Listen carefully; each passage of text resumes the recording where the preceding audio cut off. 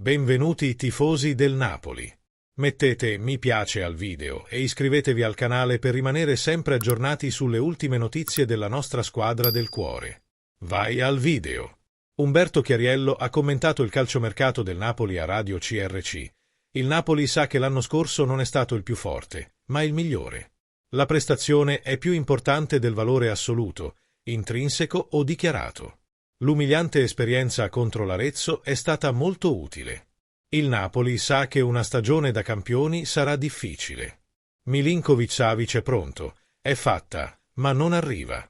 C'è ancora lavoro da fare, arriverà a Castel di Sangro. Non condivido la decisione di farlo giocare contro Meret, Conte lo voleva, lo riconosco, e daremo fiducia al leader azzurro.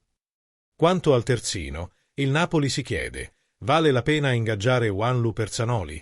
Lo stesso vale per il sesto centrocampista. Vergara è di casa, Manna valuta Miletti. Quanto all'ala, Sterling è emerso. Il Napoli lo tiene d'occhio, così come altri giocatori della Premier League. Stanno valutando Chiesa, Sterling, Grealish e Kevin, un giocatore del 2003 molto interessante e costoso. Il Napoli non ha abbandonato l'opzione Ndoye. Il vero ostacolo è l'offerta del Nottingham. È difficile sapere come andrà a finire, ma c'è tempo e il Napoli ha già la riserva al completo. La chiamata per l'ala potrebbe richiedere ancora qualche giorno.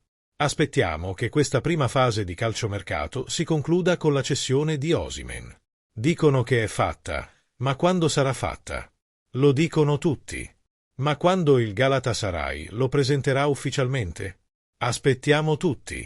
Massimo Brambati, agente FIFA e commentatore televisivo, ha dichiarato a Radio Marte: Sterling può giocare un doppio ruolo al Napoli, giocando sia come attaccante che come seconda punta al fianco di Lukaku, ed è quello che so che cercavano per rinforzare la squadra. Sterling rimane un ottimo giocatore, e ci sono preoccupazioni sul suo costo e sulla sua forma fisica, ma con Conte può ritrovare la forma di un tempo. A volte non c'è più nulla che possa trasformare un giocatore che sembra finito in uno altamente motivato. Ndoye è l'ossessione di Conte, ma il Bologna chiede cifre altissime, persino eccessive a mio parere. Ecco perché, se non riescono ad accaparrarsi lo svizzero, che è il piano A, cercheranno opzioni alternative. Ho qualche riserva su Milinković-Savić, non l'avrei preso. Non so quanto possa alzare il livello di Meret con la sua competitività in quel ruolo. Avrei preso qualcuno che potesse stimolare di più Alex. Giocare nel Torino è una cosa, dove vieni chiamato in causa dalle 10 alle 15 volte a partita. Al Napoli potresti anche subire un solo gol. Miretti? È un giocatore che cattura l'immaginazione di alcuni, e si vedono alcune delle sue qualità. Certo, entrare nello spogliatoio azzurro non è facile, servono anche grandi qualità morali. E sicuramente serve la volontà di sacrificarsi e di lavorare sodo. Credo che il Napoli potrebbe ingaggiare un sesto centrocampista più muscoloso di Miretti, un centrocampista di contenimento. Davide Chinellato, giornalista della Gazzetta dello Sport e corrispondente dall'Inghilterra, ha parlato a Radio Marte durante Marte Sport Live per discutere del nome del momento. Sterling è il signor decimo? È possibile. Il giocatore non ha partecipato al mondiale per club e non fa parte della nazionale inglese da qualche anno.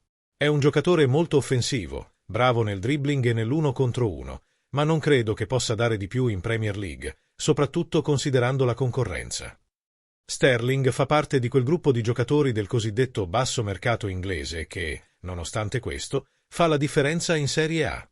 Ha ancora 2 anni di contratto e uno stipendio di 10,5 milioni di euro, il più alto del Chelsea, ma sa di dover abbassare le sue pretese. Potrebbe tornare ai massimi livelli con Antonio Conte. Sterling o Grealish. Il giocatore del City è in grado di fornire una maggiore copertura difensiva e negli ultimi anni ha dimostrato di essere un attaccante completo in entrambi i reparti. Considerando le preferenze di Conte, potrebbe essere una buona opzione per il Napoli. Le condizioni contrattuali dei due giocatori sono simili, sia per quanto riguarda i contratti biennali con i rispettivi club, sia per la certezza di essere fuori dal progetto. Qual è la vostra opinione, tifosi del Napoli? Lascia un commento sul video e iscriviti al canale. Forza Napoli sempre!